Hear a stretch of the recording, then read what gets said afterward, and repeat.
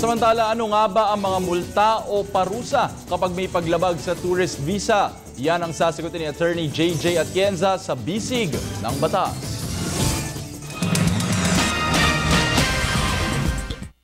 Si John ay turista sa Pilipinas. Siya ay nakita ng isang talent scout at inalok na mag-model ng damit sa loob lamang ng 3 araw.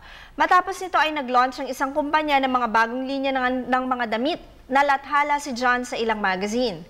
Bago mag-expire ang tourist visa niya, nakatanggap daw siya ng notice na maaari siyang mapadeport. Itinatanong ng kanyang kaibigan kung bakit daw siya madedeport gayong wala naman siyang nilabag na batas. John, ang mga tourist visa holders ay hindi maaaring lumabis sa ibinigay na pahintulot sa kanila sa pagbisita sa Pilipinas.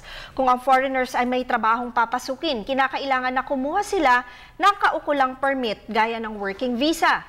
Kung sa kagaya ng ginawa ni John na panandali ang commitment lamang para sa isang fashion shoot, dapat ay kumuha sila ng special working permit.